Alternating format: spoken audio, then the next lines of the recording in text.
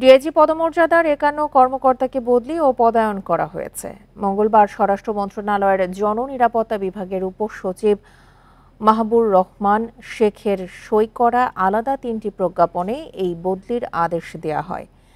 বদলি ও পদায়নকৃত ৫১ জনের মধ্যে পুলিশের ৭ রেঞ্জ ও ৭ মহানগরের ১৪ ডিআইজি রয়েছেন। সব কর্মকর্তাদের RAB, PIB, railway police, APBN, CID, highway police সহ বিভিন্ন ইউনিটে বদলি করা হয়েছে। এদিকে ২৬ জন পুলিশ সুপার পদমর্যাদার কর্মকর্তাকে ২৬ জেলার দায়িত্ব দেওয়া হয়েছে। প্রজ্ঞাপনে বলা হয়, ব্রাহ্মণবাড়িয়া, কুড়িগ্রাম, নওগাঁ, দিনাজপুর, সুনামগঞ্জ সহ ২৬ জেলায় নতুন পুলিশ সুপার হিসেবে দায়িত্ব দেওয়া হয়েছে।